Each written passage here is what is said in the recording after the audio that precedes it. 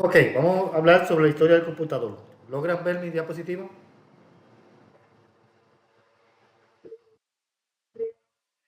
Perfecto. Hablamos del primer elemento que se creó en la historia y se llamó el ábaco. ¿Ok? Esta herramienta tiene por lo menos 5.000 años de antigüedad. Se cree que se creó entre los años perdón, 1300 al 3500 antes de Cristo y se considera que fue la primera calculadora de la historia. ¿Ok? ¿Cómo así? Si ustedes se fijan, este artefacto siempre lo vemos en la juguetería, en el colegio y en algunas otras cosas. Pero ellos, los antiguos romanos, los griegos, los chinos y babilónicos, utilizaban esta herramienta para calcular. Cada bolita de esa tenía un valor distinto. Y lo que hacían era que subían, por ejemplo, una bolita de un lado y una bolita de otro con X cantidad, la sumaban y con eso entonces cobraban y sabían cuánto iban a devolver. O sea, en ese momento era la última Coca-Cola del desierto, podemos decir en ese sentido, o la revolución en ese momento, llamado el ábaco. Recuerden, el ábaco fue la primera calculadora o herramienta para calcular que existió en la historia en ese tiempo. Hablamos de Blaise Pascal. Se considera matemático francés. Construyó la primera máquina de sumar llamada la Pascalina en el 1642. Esta máquina calculaba las 4 fracciones matemáticas, pues la matemática básica, como es la suma, resta, división y multiplicación. Esta herramienta para calcular era de manera, podemos decir, de cuerda, ¿ok? Estaba compuesta por acá con engranaje, ¿verdad? Y aquí tenía unas cuantas rueditas que eran que los engranajes movían y que esas rueditas estaban compuestas por números. Esos números entonces se llenaban de tinta, esas rueditas se llenaban de tinta y en la hoja, ¿verdad? Quedaba plasmada la cantidad o la suma o la resta o la multiplicación que se hacía a través de ella plasmada por medio de tinta en la hoja que se ponía dentro de, de esa máquina. ¿Se entendió?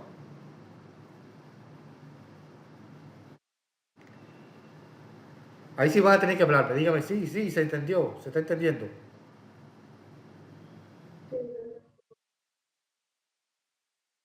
Perfecto.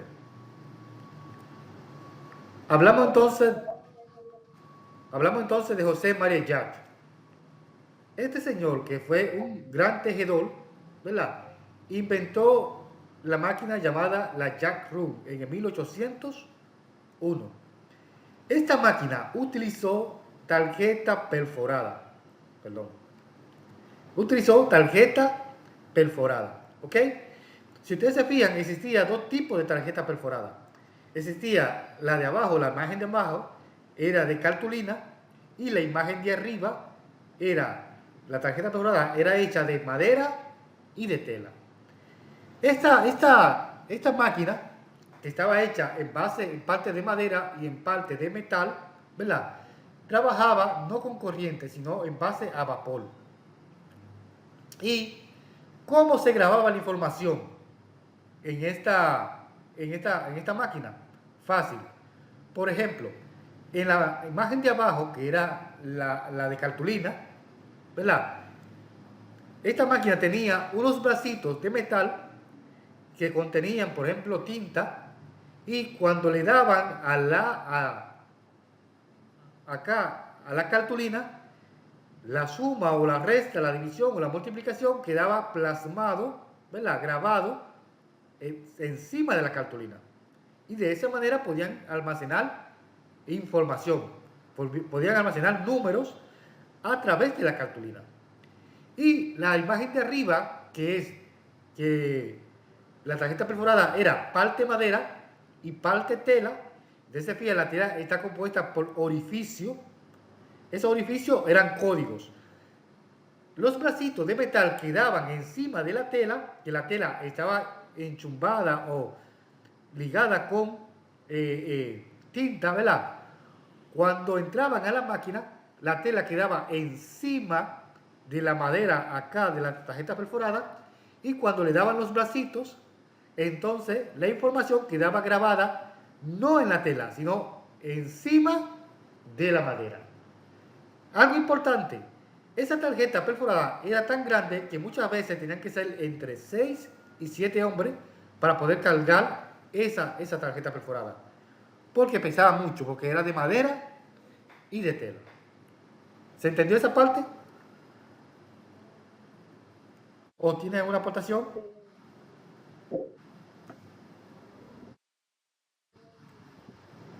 Perfecto. Hablamos de Charles Babbage. Se considera un matemático inglés. Construyó la máquina diferencial en 1822. Esta máquina también utilizó tecnología de reloj y podía resolver ecuaciones polinomiales. Significa esto que esta máquina era mucho más avanzada que la que vimos anterior. ¿Ok? Esta máquina se movía a través de vapor, por energía de vapor. Y esta máquina tenía un problemita. Y esta máquina era que al trabajar con vapor, la máquina muchas veces se sobrecalentaba y solía dañar lo que eran las tarjetas perforadas. Entonces, para que la máquina no se sobrecalentara ni dañara la información, entonces Charles Babbage le introdujo lo que llamamos tecnología de reloj. ¿Qué fue la tecnología? Es lo que hizo que le inculcó un cronómetro, ¿verdad? Con un X tiempo. Ese cronómetro no permitía que la máquina se sobrecalentara. ¿Ok? Inmediatamente llegara el tiempo, la máquina se apagaba automáticamente. Pero había un problemita, que para poder encenderla, había que encenderla manualmente. Sí se apagaba con el cronómetro, pero entonces para encenderla, él tenía que encenderla automáticamente para que así la máquina diferencial, ¿verdad? No se sobrecalentara y así no dañara por completo lo que era la información. ¿Se entendió?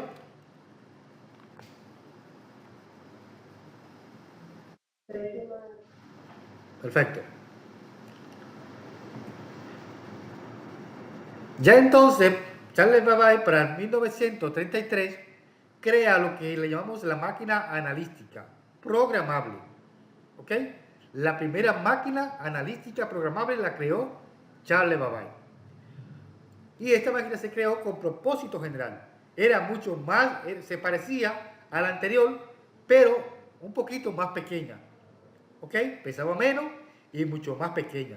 Esta máquina también trabajaba a base de vapor, y cuando hablamos de programable, era que para poder programar esta máquina había que introducir un cable y sacar otro, introducir un cable y sacar otro, introducir un cable y sacar otro. A esto le llamaban máquina programable manual o mecánica, que había que poner un cable y quitarlo y poner otro, poner un cable, quitarlo y poner otro. ¿Para qué? Para que así pudiera ir haciendo la función requerida por el inventor. Esta máquina, en cierto sentido, almacenaba 1000 dígitos de números, ¿verdad? Y 50 decimales. Y la información también se guardaba a través de tarjeta perforada. Un problemita con esta máquina es que esta máquina, a pesar de que se creó, pero nunca se terminó. ¿Por qué? Por falta de recursos. Muchas veces los Estados Unidos mandaba a crear una máquina, pero cuando ellos veían que, por ejemplo, la máquina no le iba a resultar para nada, lo que hacían era que dejaban de dar recursos y la máquina se dejaba de construir. Y también muchas veces, muchos de esos científicos creaban esas máquinas con sus propios recursos. Vendían sus terrenos, vendían sus casas, si tenían un ahorro por ahí, lo invertían en ese invento. Y si se le gastaba el ahorro, tampoco llegaba a terminarse o a concluirse. Hablamos ahora de Augusta Ada King, ¿ok? Esta señora fue ayudante de Charles Babbage. Esta fue considerada la primera diseñadora de la máquina, o sea, creó el primer lenguaje de programación de máquina para su tiempo. Y es considerada la primera programadora de la historia. O sea, lo que no pudo hacer un hombre en ese momento, lo hizo esa señora. ¿Tiene alguna pregunta? ¿Aportación?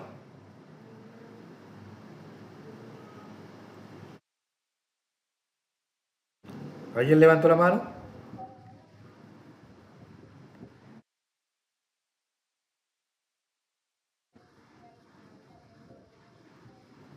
Perfecto. Como quiera, yo siempre le pregunto al final.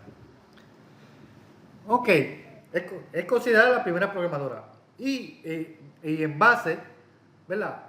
A ese lenguaje de programación que ella creó, entonces se le da el nombre de ella, de Ada. ¿Ok? Como la primera programadora de la historia. Hablamos de Hermann Oegerin.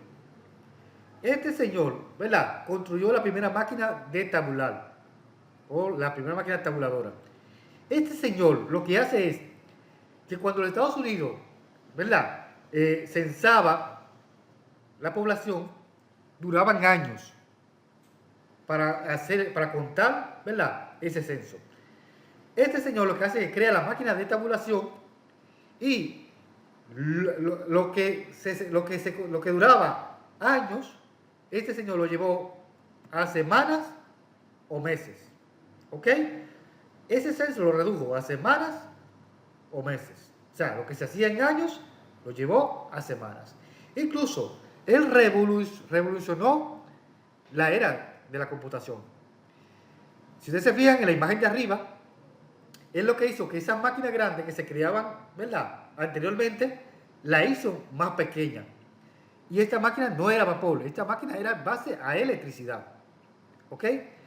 Y si ustedes se fijan acá, era en parte de metal y en parte de madera. Y si ustedes se fijan de la imagen de abajo, la tarjeta perforada, esta máquina utilizaba tarjeta perforada. O sea, la tarjeta perforada gigante, que la podían cargar entre 6 o 7 personas, él la convirtió, ¿verdad? Pequeña, que tú la podía cargar una sola persona en su palma de la mano. O sea, toda información se grababa, ¿verdad? En tarjeta perforada. Él achicó el computador y achicó ¿qué? La unidad de almacenamiento, que era la tarjeta perforada. Hablamos de John Asternon.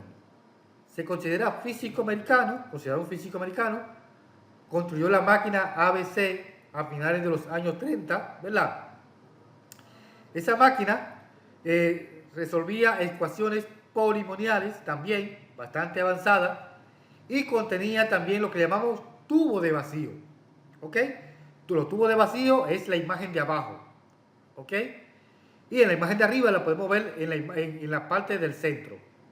La parte del centro acá son los tubos de vacío. Eso lo que hacía era que almacenaba, ¿verdad? La energía a través de la corriente y hacía que la máquina funcionara. La máquina funcionara. Si ustedes se fijan, en la parte de arriba hay dos pantallitas verdes, ¿ok? Ahí John Asternon podía ver lo que hacía a través de esa máquina. O sea, se podía ver la información a través de ella. Y esa máquina sí también utilizó tarjeta perforada. Bien, incluso esta máquina fue construida por medio de los recursos de este señor. Se le terminó su recurso y por falta de recursos, esta máquina no llegó a terminarse por completo. Ustedes se fijan, nada más llegó hasta ahí, hasta donde se ve la imagen. Hablamos del señor Konrad Zuse. Este señor, considerado ingeniero alemán, construyó el primer computador de la historia programable. Si ustedes se fijan, ya ahora se parece una computadora, ¿verdad? Las demás no parecían computadoras. Parecían nada más un chorro de herramientas de madera y de hierro. Ahora no, ahora sí tiene una pantalla, ahora tiene, ¿verdad? Teclado. Esto, lo único que no tenía mouse, ¿verdad? Pero sí ya tiene teclado. La única diferencia de esta máquina era que no son como las computadoras de hoy en día, que el monitor tú lo puedes mover de un lugar a otro. Este no. Este monitor venía incrustado dentro de la CPU. Incluso si ustedes se fijan con el teclado va pegado en la CPU. No se podía mover de un lugar a otro como podemos mover el teclado de un lugar a otro. ¿Ok? Y ese computador no era color, sino a blanco y negro. Ese computador. El primer computador de la historia digital de la historia la creó Conrad Zwick. ¿Se entendió? ¿Entendido? Sí, profe. Perfecto. Paso tarea positiva, no me interesa. Hablamos de Howard Aiken. Es considerado un físico americano, es un matemático aplicado. Este señor construyó la Harvard Mark I en colaboración con la IBM en el 1944. Esta máquina utilizó respaldos electromagnéticos y también almacenaba números de 23 dígitos, algoritmos y funciones trigonométricas. O sea, era mucho más avanzada que las computadoras anteriores. Si ustedes se fijan en la imagen, el tamaño de esa máquina era una monstruosidad. ¿Ok? Incluso, estas máquinas se utilizaban para sacar cálculos, para hacer cálculos para la ciencia. Y así sucesivamente. Hablamos del padre de la computación, llamado Alan Turing. ¿Ok? Es considerado el matemático inglés y fue el primer científico de la computación. Este señor creó los modelos matemáticos de los computadores. ¿Ok? Y los teoremas de Turing, llamado máquina de Turing, que se creó en el 1936. Este señor demostró los teoremas fundamentales para la computación, de cómo debían crearse los computadores, cómo debían trabajar los computadores, ¿verdad? Y hasta la fecha de hoy en día, gracias a esos teoremas, ¿verdad? Los computadores, teléfonos, tablets y todo el dispositivo electrónico trabajan gracias a esos teoremas de Alan Turing. También Alan Turing trabajó en la construcción del computador electrónico británico llamado Colossus. ¿Para qué se utilizaba ese computador? Se utilizaba para descifrar código Morse. ¿Ok? Esos códigos Morse que se hacían a través de los militares, ¿verdad? Él creó esta computadora para enviar código Morse y descifrar esos tipos de códigos, que eran códigos que se enviaban a través por medio de mensajes. Este señor fue perseguido por ser homosexual.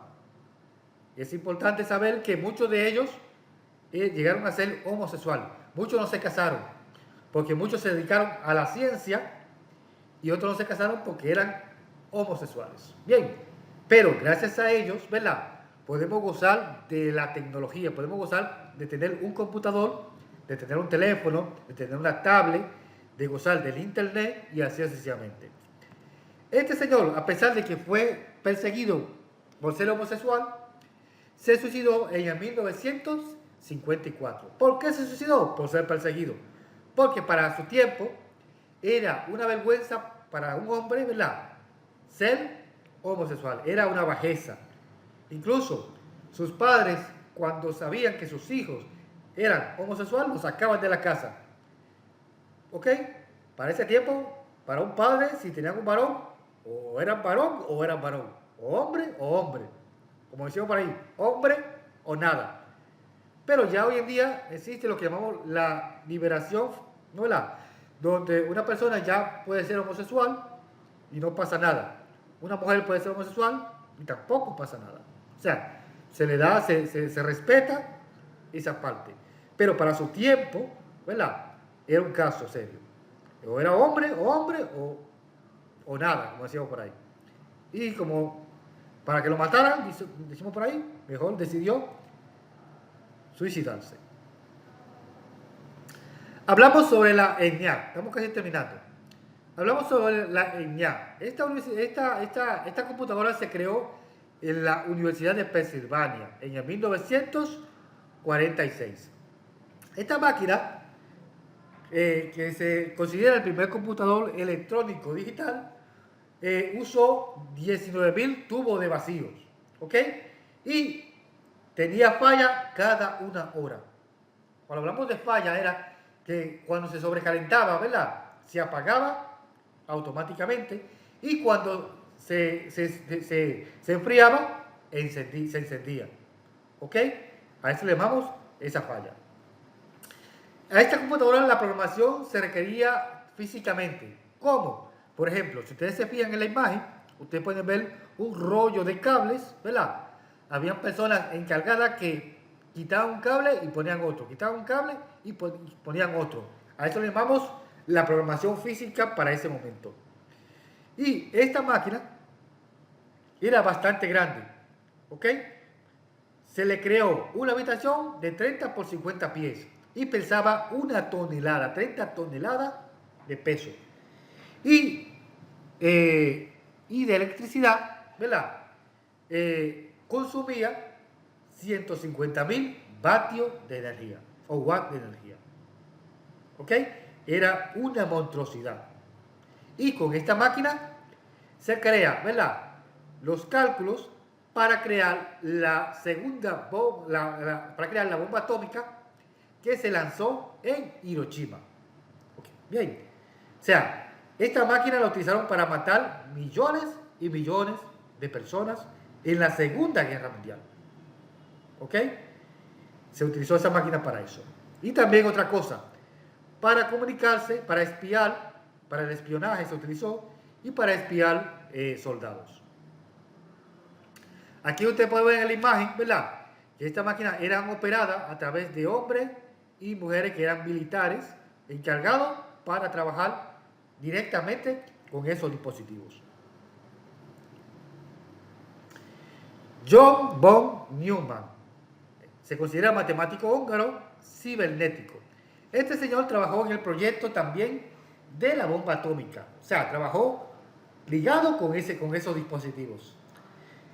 Y también inventó la teoría de los juegos. ¿Cuáles son las teorías de los juegos? La teoría de los juegos era que los dispositivos podían traer juegos incluidos. Incluso las computadoras de antes, ¿verdad? La primera computadora traían juegos como juegos de cartas, juegos de bucamina, entre otros. El plan era que con estos juegos la raza humana, ¿verdad?, se adaptara a la computadora. Y lo lograron. Ya hoy en día los seres humanos no pueden vivir sin un teléfono, sin una computadora y sin un dispositivo electrónico. ¿Entendió esa parte?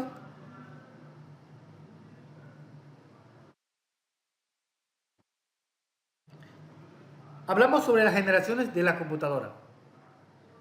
Hablamos de la primera generación que inicia desde el 1940 al 1956. Para esa primera generación se utilizó lo que llamamos tubo de vacío y se utilizó también lo que llamamos el lenguaje de máquina. Para la segunda generación, 1956 hasta el 1963, se utilizó lo que llamamos transistores, lenguaje ensamblador, ¿verdad?, de bajo nivel, lenguaje COBOL y Fortran de bajo nivel y de alto nivel. La tercera generación, que inicia en el 1964 hasta el 1971, se utilizó circuito electrónico, ¿ok?, donde los usuarios interactuaban por aplicaciones, sistema operativo, ahí ya utilizaban el teclado y podían utilizar también un monitor, ¿verdad?, como fue el que vimos anteriormente, quien creó el primer computador electrónico de la historia. Entramos a la cuarta generación, que inicia en el 1971 hasta el presente, ¿verdad?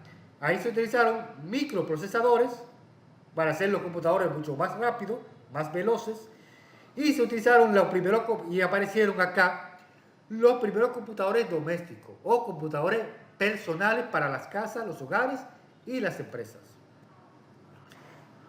Aparecieron para el 1982 y 1989 entra la quinta generación.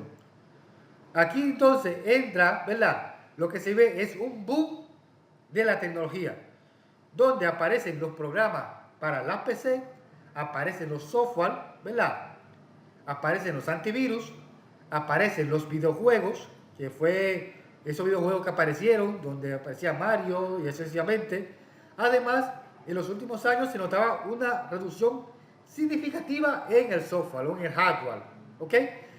O sea, ya para la quinta generación los computadores vendrían siendo mucho más pequeños, como la Lactos y la Mini Lactos. Y la Z generación, que inició en el año 1990 hasta la actualidad, entonces ahí entra lo que llamamos la inteligencia artificial, ¿ok? Que es el que vivimos hoy en día, la cual se habla de la inteligencia artificial, donde los teléfonos celulares, ¿verdad? Las computadoras, las tablets, ya muchas de ellas trabajan en base a la inteligencia artificial, con reconocimiento de voz, pensamiento de palabras, ¿verdad? Hablamos de la computación cuántica, la nanotecnología y el lenguaje natural, ¿verdad? Que son lo que se está viviendo hoy en día en nuestro mundo actual. O sea, en nuestra fecha actual, estamos viviendo hoy en día lo que llamamos la Z generación, casi entrando en la séptima generación, casi mente. ¿Se entiende esa parte?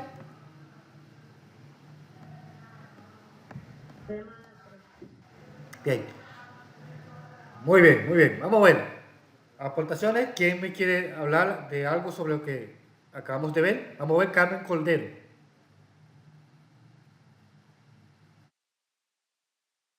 Carmen, te escucho.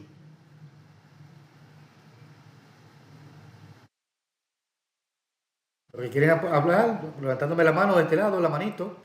Milady Pérez. Parece que Carmen tiene problemas. Sí, le escucho, Milady.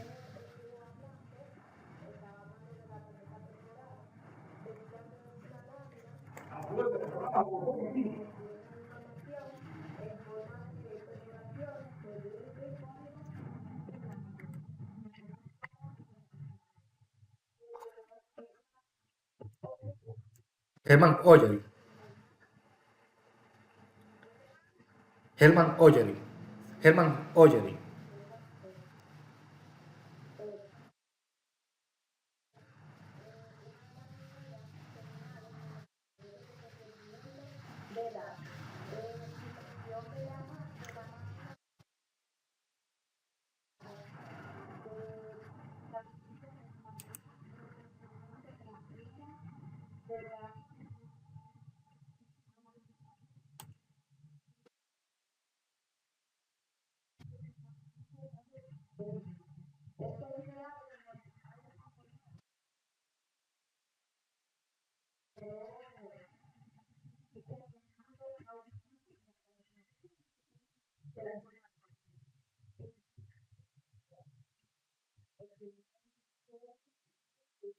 Oranzué.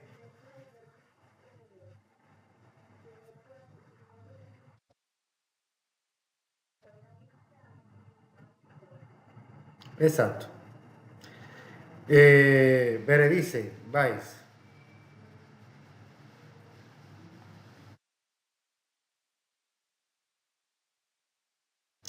Berenice.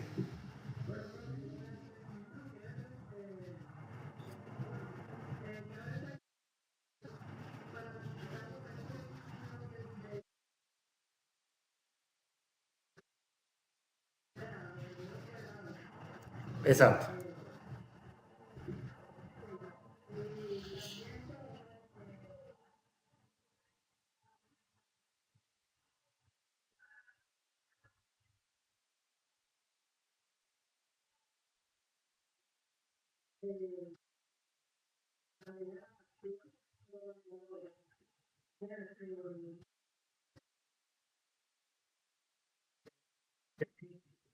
No, claro.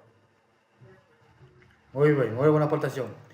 Carmen Cordero, vamos a ver si ya Carmen está lista.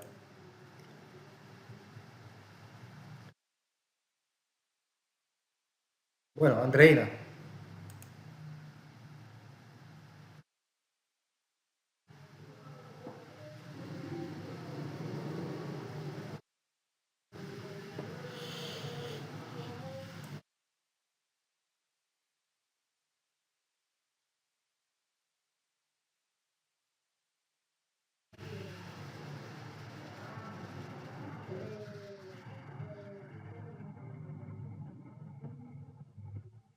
Exacto. Llega hasta la sexta generación y casi entrando a la séptima generación. Jennifer Geraldo. Sí, sí, claro está. Jennifer Geraldo.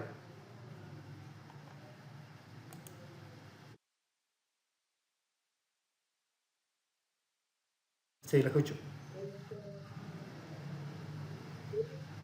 Sí, la escucho, tranquila.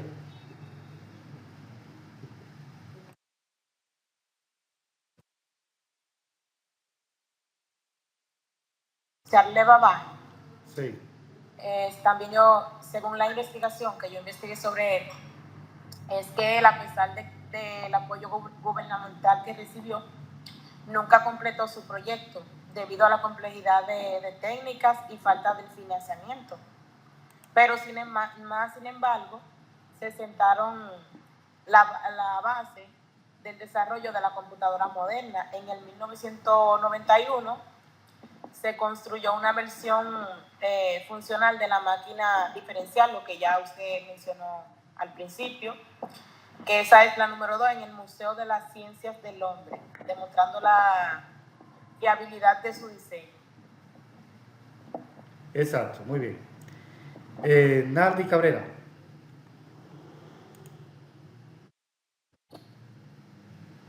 Como ya usted estaba diciendo, que en la quinta generación se vivía un boom de programas para la PC y en la sexta, inteligencia artificial, reconocimiento de voz o procesamiento paralelo. También que Alan Turing, Alan... Sí, Alan Turing, sí.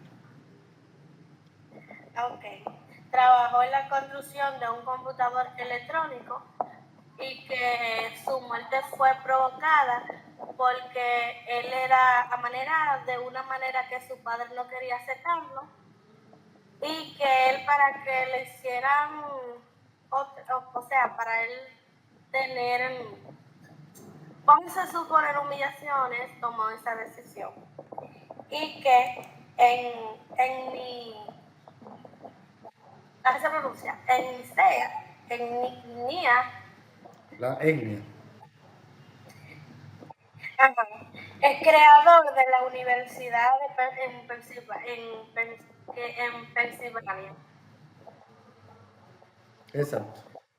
Esa fue mi participación. Gracias por su atención.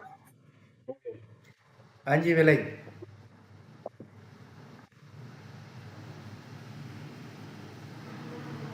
Bueno, entendí que desde la segunda generación se empezaron a disminuir los tamaños de las computadoras y en la cuarta generación es donde aparece la primera computadora personal con mayor capacidad de procesamiento y asequible a algunas personas. Y entendí que la quinta generación se enfoca mucho en el proceso del desarrollo del sistema, que es donde la computadora empieza a utilizar un poco más de tecnología, a procesar sola, a tomar decisiones sola en cierto sentido, y a procesar cosas en automático más avanzadas. Y cada generación marcó un avance significativo y hizo que el sistema fuera más pequeño, más rápido, pero a la vez más inteligente. Exacto, muy bien. Ángela Quesada. Maestro, como usted estuvo explicando, a través de los tiempos hubo avanzando cada día más y que 20 por una matemática escritora de la primera programas informática de la historia. Muy bien. Ok, mi gente. ¿Ustedes se fijan? Ok, Isabel.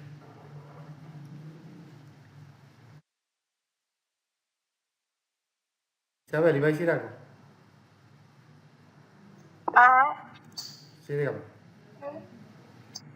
Que le voy a hacer un pequeño aporte de Charles Babbage, que también se dice que es conocido por muchos y también se considera el padre de la computación. Sí. Agnei. También usted estuvo hablando de Hermann Hollerith. Hermann Hollerith, que fue quien creó la máquina tabuladora programable, como fue un avance revolucionario en el procesamiento de datos, su capacidad para automatizar el cálculo y la organización de información sentó la base para el desarrollo de la computadora moderna. Aunque hoy puede parecer primitiva, su impacto en la eficiencia de la administración en la recolección de datos es innegable. Es fascinante ver cómo una máquina así ayudó a transformar en qué manejamos la información. ¿De qué forma manejamos las informaciones? Hasta aquí mi parte. Muy bien, muy bien.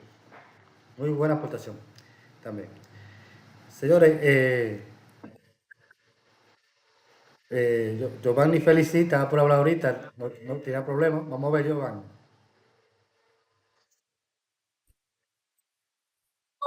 Sobre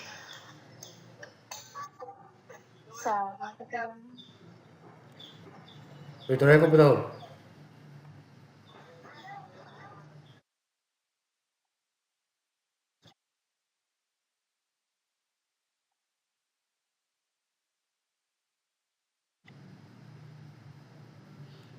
Bueno, lo que Giovanni entonces se decide.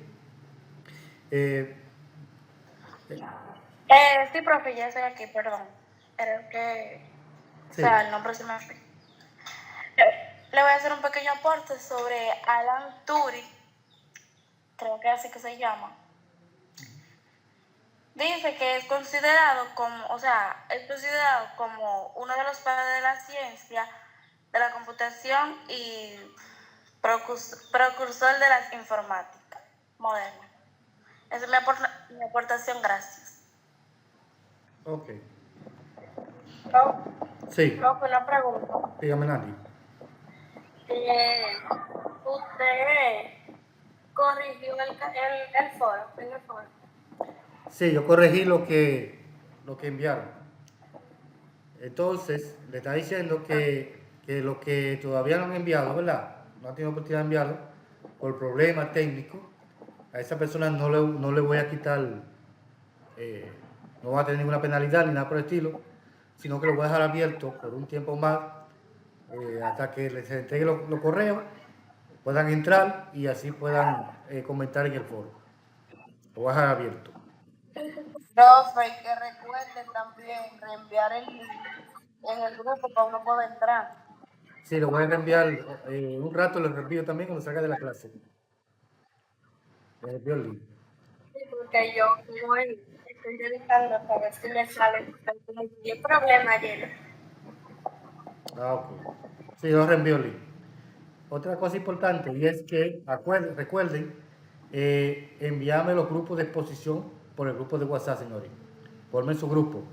Y por el grupo de WhatsApp, en un ratico, le voy a enviar, voy a elegir el grupo que le toca exponer la próxima semana. ¿Ok? Ya hay exposición para la próxima semana. Y en el mismo grupo de WhatsApp, estén atentos, le voy a decir ahí quiénes son los integrantes, las personas que van a exponer la próxima semana. Y el tema también es mismo para que lo busquen y así expongan su tema. Pueden hacer, si quieren pueden hacer la diapositiva, siempre lo dije al principio, hacen una diapositiva, toman el control de la plataforma, lo presentan para que todo el mundo la vean y hacen su exposición. Recuerden que para hacer su exposición tienen que encender su cámara para saber quiénes están exponiendo, ¿ok? Y después que termine la exposición, si quieren apagarla, la pueden apagar, ¿ok?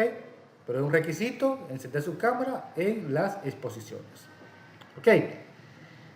Son las 6:48, no vamos a durar mucho. Nada, mi gente, fue un placer estar con ustedes. Nos vemos la próxima semana. Pasen feliz noche. Gracias, Rubén.